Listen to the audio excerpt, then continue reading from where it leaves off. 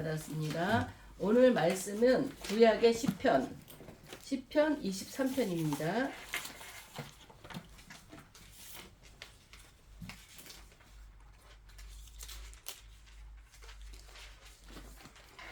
이 시편 말씀은 너무나 귀하고 또 우리에게 피부로 너무 와닿는 말씀이기 때문에 우리가 한 목소리로 같이 교독하기로 하겠습니다. 여호와는 나의 목자시니 내게 부족함이 없으리로다. 그가 나를 푸른 풀밭에 누이시며 쉴만한 물가로 인도하시는도다. 내 영혼을 소생시키고자 자기 이름을 위하여 의의 길로 인도하시는도다. 내가 사망의 음침한 골짜기로 다닐지라도 해를 두려워하지 않을 것을 주께서 나와 함께 하시니라. 주의 지팡이와 막대기가 나를 안위하시나이다. 주께서 내 원수의 목전에서 내게 상을 차려주시고 기름을 내 머리에 부으셨으니 내 잔이 넘치나이다. 내 평생의 선하심과 인자하심이 반드시 나를 따르리니 내가 여호와의 집에 영원히 살리로다. 아멘. 기도드리겠습니다. 할렐루야. 살아계신 아버지 하나님, 주님의 은혜를 진실로 감사드리옵나이다. 부족하고 부족한 자 주님께서 이 자리에 세우셨습니다. 나는 아무것도 할 수 없사오니 성령님 이 시간도 성령님 강력한 기름으로 부어주셔서 주님 말씀을 선포할 때 그 말씀 가운데 살아계신 우리 주님을 만나는 귀한 역사에 일어날 수 있도록 주님 도와 주시옵소서. 아멘. 살아계신 예수님 이름으로 기도드립니다. 아멘. 오늘 말씀은 시편 23편입니다. 유치부 교회학교 다닐 때도 이 시편을 가지고 찬양으로 하면서 다녔던 생각이 나고, 시편 23편은 쓰여진 배경이 다윗 왕이 노년에 자기 아들 압살롬이 반역을 했어요. 그래가지고 아버지를 죽이겠다고 쫓아다닐 때 아버지는 이 아들을 피해 도망다니면서 썼던 시입니다. 이 시를 쓸 때 얼마나 가슴이 아팠겠어요. 처절하고 수치스럽고 절망적이고 가슴이 찢어질 듯한 아픈 상처 속에서 이 시를 썼다는 걸 우리는 알 수 있습니다. 근데 우리가 이거 읽을 때 이런 내용이라는 게 상상이나 됐겠어요. 이런 상황에서 썼다는 거. 그렇지만 다윗은 이 상황에서도 하나님을 전적으로 믿고 하나님 앞에 여호와는 나의 목자시니 내가 부족함이 없으리로다, 이렇게 고백을 했던 것입니다. 이 시를 우리가 믿음이 약할 때, 이제 집사 시절에 그래서 이 시는 우리가 날마다 고백하면 좋은 시다, 기도다, 기도의 시다. 그래서 암송을 했어요. 하루에 한 번씩만 이거를 암송했고 하나님 앞에 기도를 드려라. 내 기도다, 이거는 각자의 나의 기도다. 이렇게 해서 이 기도를 암송했던 것들을 생각할 수가 있습니다. 왜 이렇게 유명하고 사람들이 좋아하는 시편이 되었을까 한번 생각해 봤습니다. 이유는 짧고 간결해요. 시라는 자체가 언어를 압축해서 만든 거잖아요. 이 시 자체가 짧고 간결하면서도 담겨져 있는 말씀 가운데서는 위로와 격려의 메시지가 있었다는 것 때문에 우리가 이 시를 더 우리가 선호하지 않았나 싶습니다. 내가 믿는 하나님이 참 좋으신 분이라는 것을 다윗은 고백을 하고 있습니다. 본문은 세 부분으로 나눌 수가 있어요. 하나님에 대한 선언, 여호와는 나의 목자시니 내가 부족함이 없으리로다 하고 하나님에 대해서 선언했습니다. 그렇게 말하는 이유, 내가 왜 여호와는 나의 목자라고 말하는가에 대한 선언이 2절로 5절에 있습니다. 그리고 모든 것에 대한 결론, 그래서 나는 여호와의 집에 영원히 거하리로다. 이렇게 이 세 수로 나눠질 수가 있습니다. 여기서 얘기하는 것을 보면은 여호와는 나의 목자라 그랬지, 여호와는 우리들의 목자다, 이렇게 얘기를 안 했어요. 우리가 하나님은 다 알아요. 하나님은 다 알고 있어요. 그렇지만 그 하나님이 나의 하나님이 될 때 역사하시는 겁니다. 이 다윗도 도망다니면서도 우리의 하나님, 우리를 이렇게 해주시는 하나님 이르지 않았어요. 나의 목자가 되신 하나님, 하나님과 나와의 관계를 우리는 정확하게 해야 됩니다. 나는 하나님의 자녀예요. 우리는 하나님의 자녀. 이 말도 틀리는 거 없지만 우리라는 테두리를 말고 나와 직접적으로 1대1의 하나님을 우리는 고백을 할 줄 알아야 된다는 것입니다. 여기서도 보면은 내게 부족함이 없으리로다 이렇게 얘기한 거는 부족함이 없을 것이야 이렇게 긴가민가 하는 그런 태도가 아닙니다. 부족함이 없으면 좋겠다 이런 소망하는 것도 아닙니다.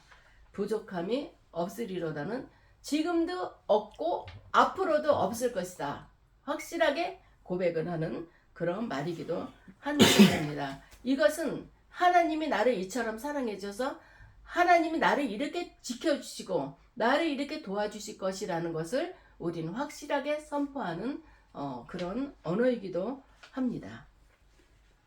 다윗은 어릴 때부터 목자로 자란 사람입니다. 다윗과 골리앗이라는 그 내용 알잖아요. 물맷돌을 던져갖고 골리앗의 이마박을 맞춰갖고 그 큰 거구를 쓰러뜨림으로써 블레셋을 이겼다는 거. 우리는 그 내용을 잘 알고 있습니다. 다윗은 목자로 컸어요. 목자의 아들이고 또 양을 치면서 이렇게 컸던 것을 우리는 알고 있습니다. 여기서 다윗은 하나님과의 관계를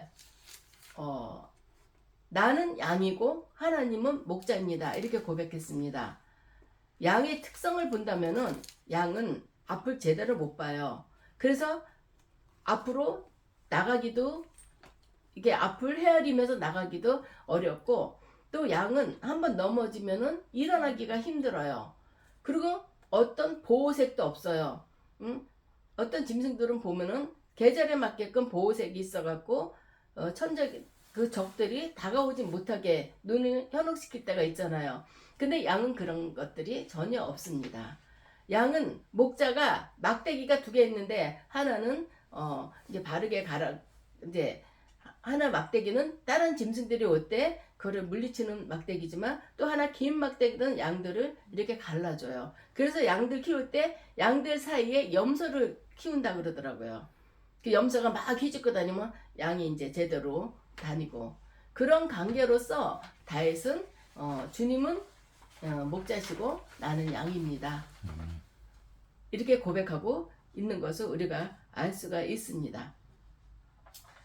이런 거 볼 때마다 그래 양과 목자 우리도 목자가 없으면 우리가 정말 똑바로 살아갈 수 있을까 이런 생각을 하게 됩니다. 이것은 다윗이 고백했던 것은 이게 말씀을 읽다가 보니까 나의 고백이다. 우리 모두도 하나님만 의지해야 돼요. 내가 무엇을 어찌할 수가 있겠어요? 근데도 우리는 하나님을 떠나서 사는 자들이 많이 있잖아요. 하나님을 아예 처음부터 안 믿었던 사람과 하나님을 믿다가 떠난 사람하고는 엄청난 차이가 있어요. 내 백성이기 때문에 하나님은 그들을 다시금 하나님 앞에 돌아올 때 감싸주고 하나님이 인도해 주신다는 것을 우리는 알아야 되겠습니다. 다윗은 이제 양의 입장에 대해서 하나님을 목자라고 고백했던 걸 우리는 알 수 있습니다. 그러면서 나에게는 부족한 것이 없다라고 얘기를 합니다. 좋은 목자, 참 목자를 만났기 때문에 난 그분만 있으면 참 목자고 참 좋은 목자를 만났기 때문에 나는 걱정이 없어. 그렇게 다윗은 고백하는 것은 확신을 하고 있습니다. 하나님은 나의 목자가 되시는데 내가 뭐가 걱정이고 뭐가 부족하겠냐. 그분은 못할 일이 없으신 분이다. 양과 목자에서 보는 것처럼 양과 목자에서 보는 것처럼 목자가 항상 양 곁에 있으면 양은 위험을 당하지 않습니다. 그것을 다윗은 본인과 하나님과의 관계를 그렇게 고백했다는 것이기도 합니다. 아멘. 다윗은 하나님이 자신의 목자이고 자신이 부족한 것이 없다고 고백한 이유가 있습니다. 그렇다면 이유를 내가 왜 나는 하나님의 자녀고 하나님의 양이고 하나님은 나의 목자이기 때문에 나는 부족함이 없다. 이것을 4가지로 성경에서 표현하고 있습니다. 그가 나를 푸른 초장에 누이시며 쉴만한 물가로 인도하시는도다. 2절에 고백을 했습니다. 하나님이 그의 목자가 되시는 이유는 안식이라는 것입니다. 푸른 풀밭에 누이시며 쉴만한 물가로 인도해 주신다고 그랬어요. 이것은 나에게 참 안식을 주시는 분이다. 이거를 고백했던 말입니다. 하나님께서 목자로서 하시는 일 중에 가장 먼저 언급되는 언어입니다. 푸른 풀밭. 양은 뭐 먹고 자라죠? 풀. 그쵸. 푸른 풀밭, 풍성한 푸른 풀밭으로 인도해 주신다 그랬어요. 이런 표현에서 먹을 것이 또 풍성하다는 것을 알리고 있고, 쉴만한 물가, 이 표현에서 마실 것이 또 암시되어 있는 것입니다. 다윗은 하나님께서 하시는 일을 푸른 풀밭에 누이시는 것과 물가로 인도하시는 것이라고 표현을 하고 있습니다. 그에게 하나님께서는 배불리 먹게 하시고 쉬게 하시고, 이 짐승들은 물이 없으면 우리가 살 수가, 사람도 마찬가지지만 하나님께서 먹을 거 주시고 마실 거 주시는데 나는 편안하다. 나에게 부족할 것이 없다. 이거를 고백하는 것입니다. 아멘. 쉴만한 물가라는 표현을 두 가지 의미를 가질 수 있는데, 양이 쉴만한 물가, 즉 적당한 물가라는 것입니다. 양이 물을 먹을 때 막 물살이 센데 거기서는 물을 안 먹어요. 천천히 흐르는데, 근데 쉴만한 물가라고 할 때는 우리가 볼 때도 잔잔한 물까지, 쉴만한 물가는 출렁거리는 물가는 아니라는 것입니다. 예. 다윗은 이 두 가지의 의미를 다 썼어 생각하면서 이 시편을 쓰지 않았나, 우리가 이렇게 생각할 수가 있습니다.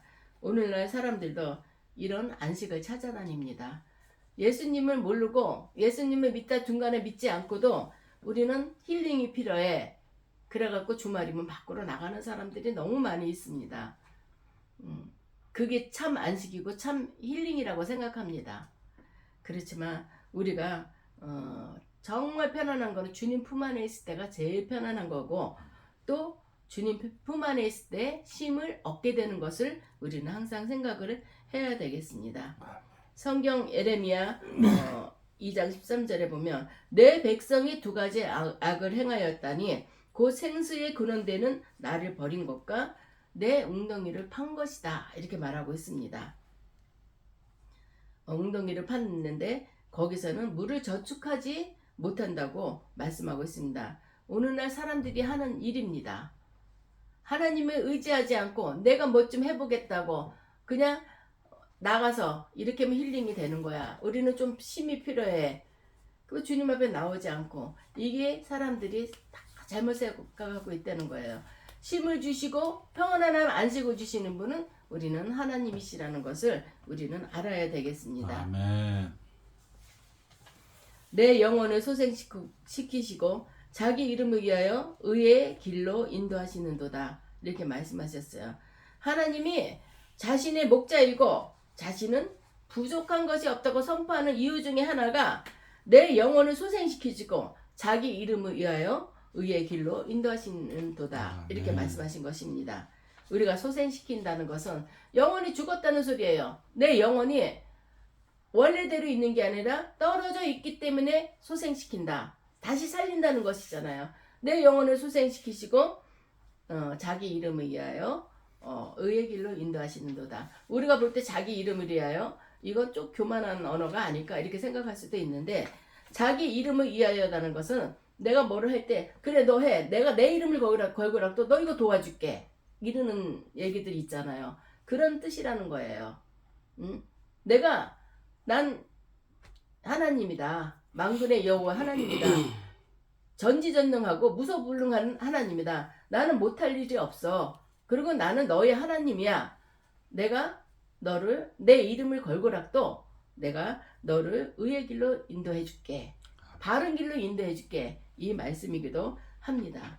눈앞의 것들만 따라가기에 원래 있던 곳에서는 이탈하기가 쉬운 것입니다. 우린 누구나 다 하나님의 백성인데 하나님을 모르고 세상을 따라가다 보니까 하나님과 상관없는 길들을 많이 가고, 그렇게 세상에 눈에 보이는 거 현혹에 빠져서 그쪽으로만 달려가는 자들이 많다는 것을 얘기하고 있습니다.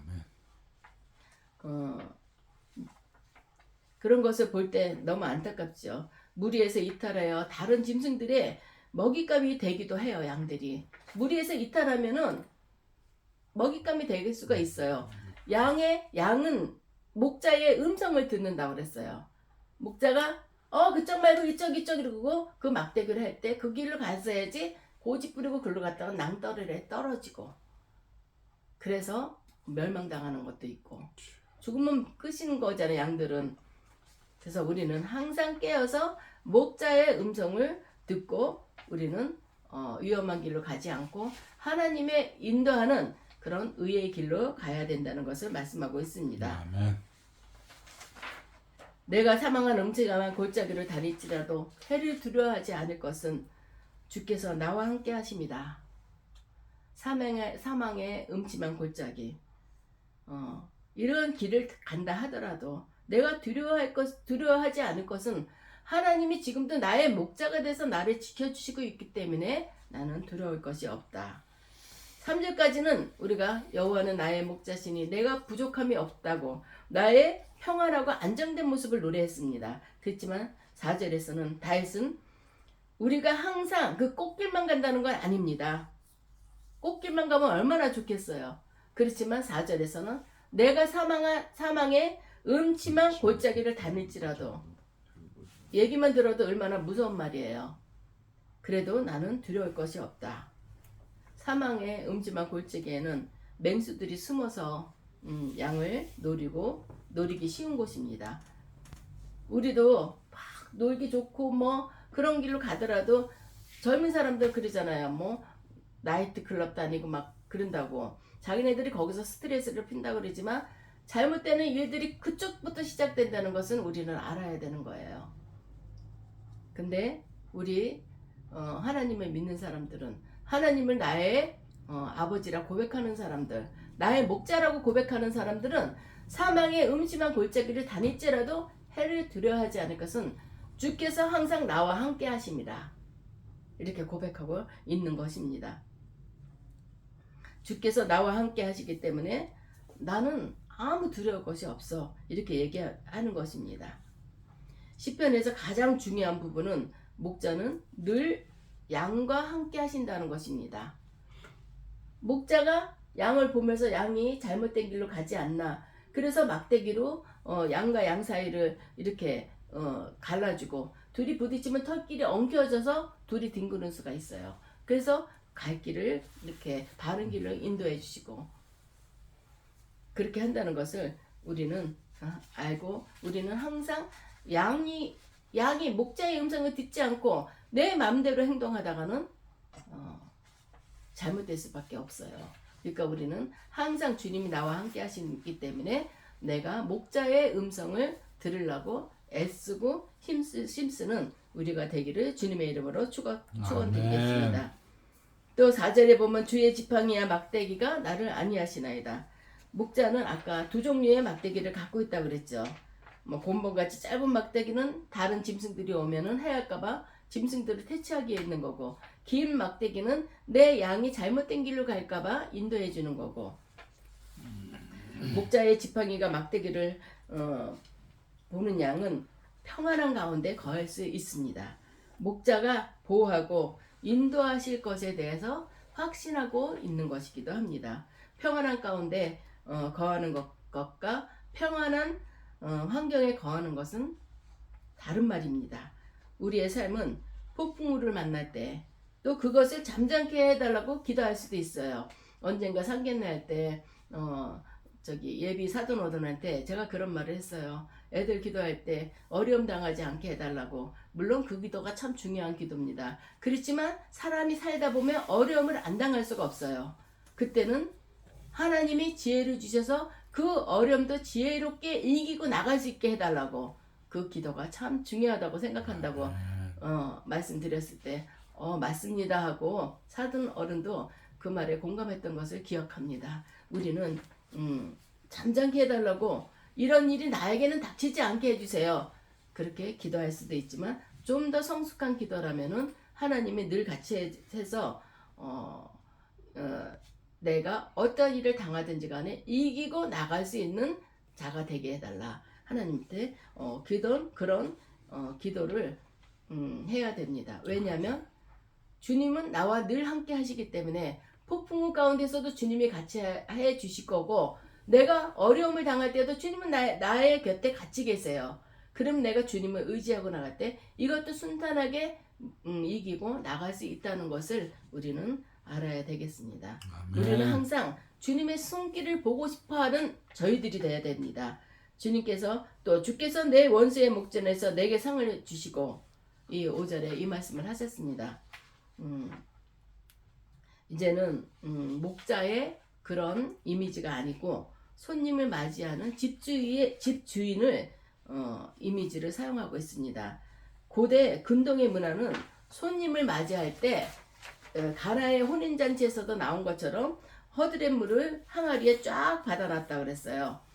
손님이 오면 사막지대니까 발이 더러우니까 종이 발도 씻겨줘요. 손님을 아주 그냥 지극정성으로 접대하는 게 그 고대 근동 지역의 문화고 풍습입니다. 집주인이 자기가 피해를 입더라도 손님은 극진히 이렇게 대접한다는 것을 여기서는 말하고 있습니다. 나쁜 일로 도망하는 자라도 일단 자기 집에 들어오면 손님을 보호하고 지켜주는 것이 주인의 의무라고 이렇게 생각을 하고 있는 것입니다. 근데 여기서는 원수의 목전에서 내게 상을 베푸신다고 했어요. 5절을 보면은 주께서 내 원수의 목전에서 내게 상을 베푸시고, 이런 말씀을 하셨습니다. 우리는 집주인은 손님에게 상을 차려주고 머리에 기름을 부어주신다는 것입니다. 먹을 것을 주시고, 우리가 뭐 오일 같은 거 있잖아요. 파라모 오일 막 이런 것처럼 그 피곤을 풀기 위해서는 오일을 발라주고 그렇게 하잖아요. 그 시대에도 먹을 것을 베풀어 주시면서 기름을 부어 주신다고 했습니다. 피곤은 여행 중에 지친 자들을 피곤을 풀어주기 위해서. 이거는 근데 마실 것을 주시는데 잔이 넘치도록 준다는 그런 표현을 하고 있습니다. 이것은 집주인이 손님에게 하는 그런 일입니다.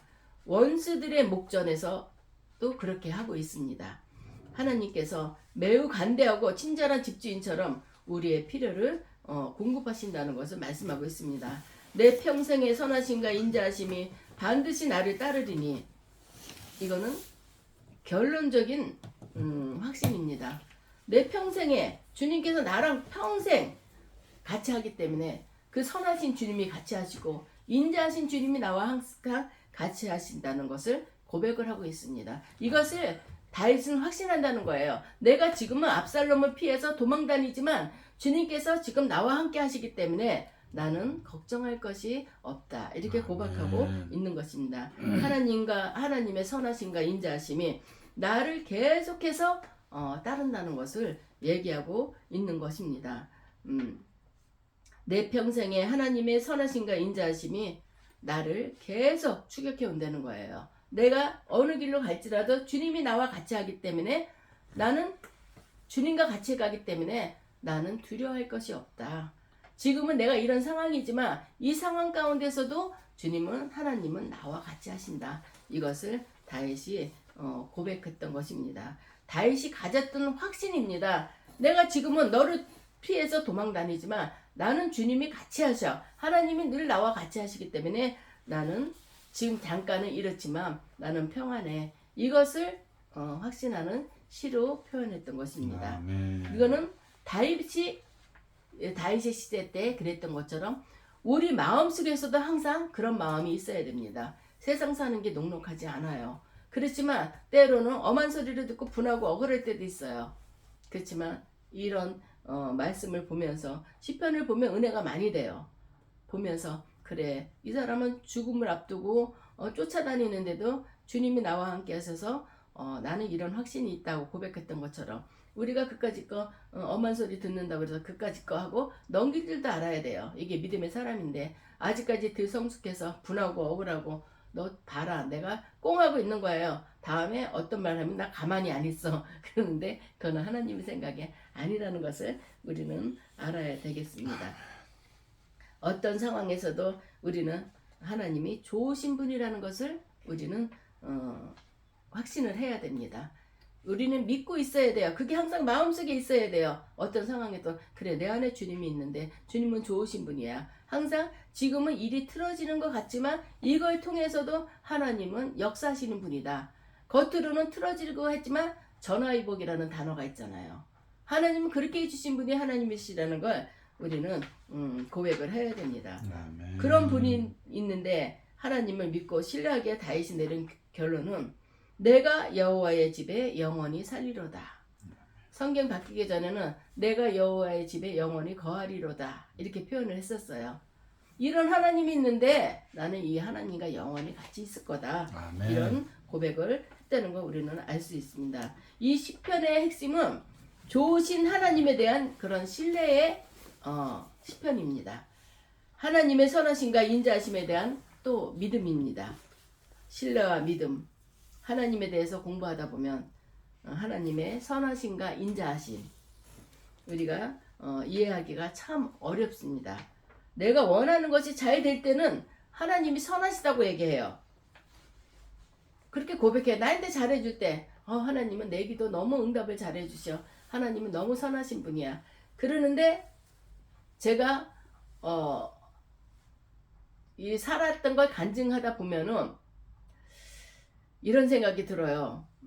집이 빨리 팔리면은 이 집으로서 채무를 다 갚을 수 있을 텐데 집도 안 팔리고 되는 게 아무것도 없어요. 남들은 집 내놓으면 금방 팔리는데 그런데 결론적으로 보면 그 집 하나로 경매가 들어와서 모든 게 끝났어요. 근데 우리가 집이 팔리면은 부채가 다 끝나지는 않아요. 이제 급한 것만 급한 불만 끄지. 놓고 보면은 이 문제를 놓고 보면 하나님은 이러한 분이시구나. 나는 이게 팔려야지만 해결이 될 것 같았는데 하나님은 그냥 두고 보시는 거예요. 그러더니 그 하나로 빚이 해결이 되었고 우리는 밑바닥에 있지만 다시 시작할 계기가 됐던 거를 생각을 하게 돼요.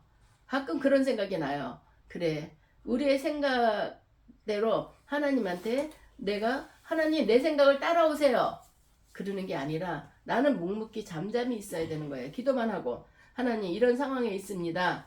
저는 어떻게 해야 될지 갈 길 모르고 있는 상황에 있으니 하나님이 도와주세요. 역사해 주세요. 하나님한테 기도할 때 하나님은 문제를 해결해 주시는 것을 우리는 알게 됩니다. 아멘. 그 당시에 급하게 내가 원하는 대로 이루어지지 않았다고 하나님 어디 계세요? 하나님 없는 거 아니야? 이렇게 고백한다면 잘못된 신앙이죠.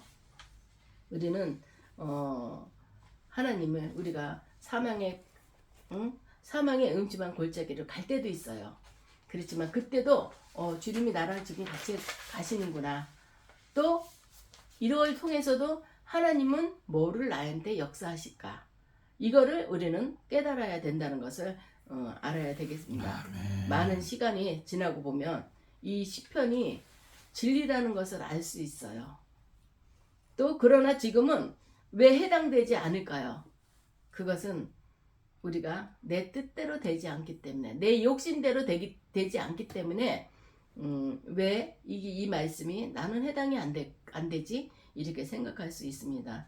이제 우리 2023년 몇 달 안 남았어요. 이거를 한 해를 보내면서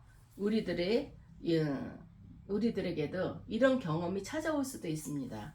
그때 이 시편을 기억하십시오. 시편 23편. 여호와는 나의 목자시니 내가 부족함이 없으리로다. 이거를 항상 마음속에 새기고 항상 내가 읊조리세요. 여호와는 나의 목자시니 내가 부족함이 없으리로다. 이거를 고백할 때 하나님은 좋은 하나님이시고 앞으로도 좋게 인도하실 분이고 하나님은 나의 하나님이다. 이렇게 고백하는 기도가 나올 줄 믿습니다. 아멘. 우리가 한 주간도 하나님을 의지하면서 우리가 여호와는 나의 목자시니 내가 부족함이 없으리로다 하고 고백하며 살아갈 수 있는 우리 성도님들이 되시길 주님의 이름으로 축원드립니다. 아멘. 기도